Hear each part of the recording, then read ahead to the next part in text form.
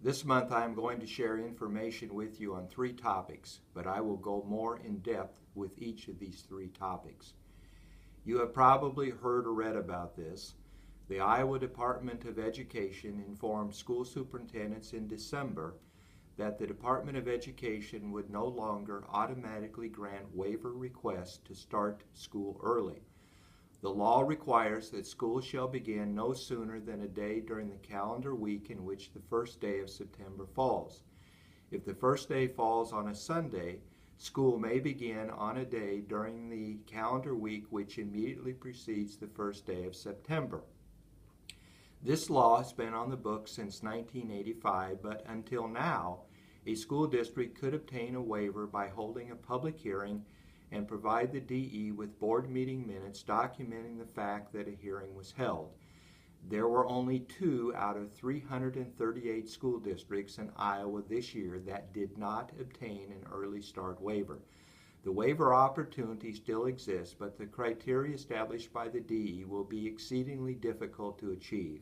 We will not submit a waiver for an early start. That will mean that the earliest date that classes can begin next school year is August 31st. During the last legislative session, the legislature passed a law allowing schools to have either a day's calendar or an hour's calendar with a minimum of 1,080 hours. The administration is studying the issue of days versus hours and hope to present a calendar to the school board at either the February 16th or the March 2nd meeting for the board to consider. The school board, the administrative team, and the architects have had a couple of planning sessions discussing possible future facility improvements. We have discussed improving safety security at the high school. Those of you who are familiar with the high school know that there is not a direct line of sight from the administrative office area to the front entrance. So one of the considerations is to somehow address that issue. We have also talked about renovating the current auditorium at the middle school, building a new transportation building bus parking lot. We have also talked about creating an area on the visitors' side bleachers on the football field that would have locker rooms, concession area, public restrooms, and PE spaces. Perhaps similar kinds of uses as we currently use the PE athletic building for now. The PE athletic building is that metal building directly south of the football field track area. We have also talked about building a new auditorium at the high school.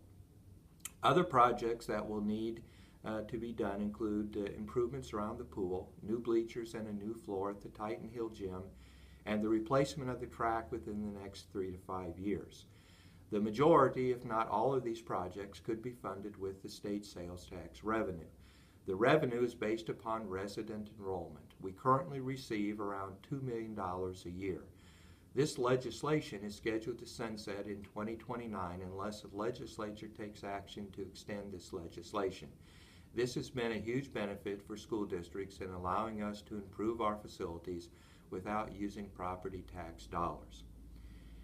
Every 5 years, the Department of Education does an on-site accreditation school visit. We have such a visit coming up later this month, February 24th, 25th, and 26th.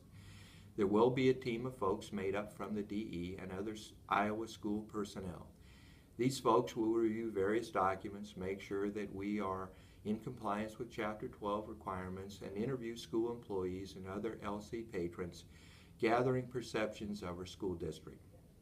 The DE will later provide us with a copy of their findings. We've had a rather mild winter thus far. I'm very fine with that. We are hoping that the groundhog doesn't see a shadow on Monday, February 2nd. You know, if he sees a shadow, we will have 6 more weeks of winter. And I don't think he's ever been wrong. See you in March.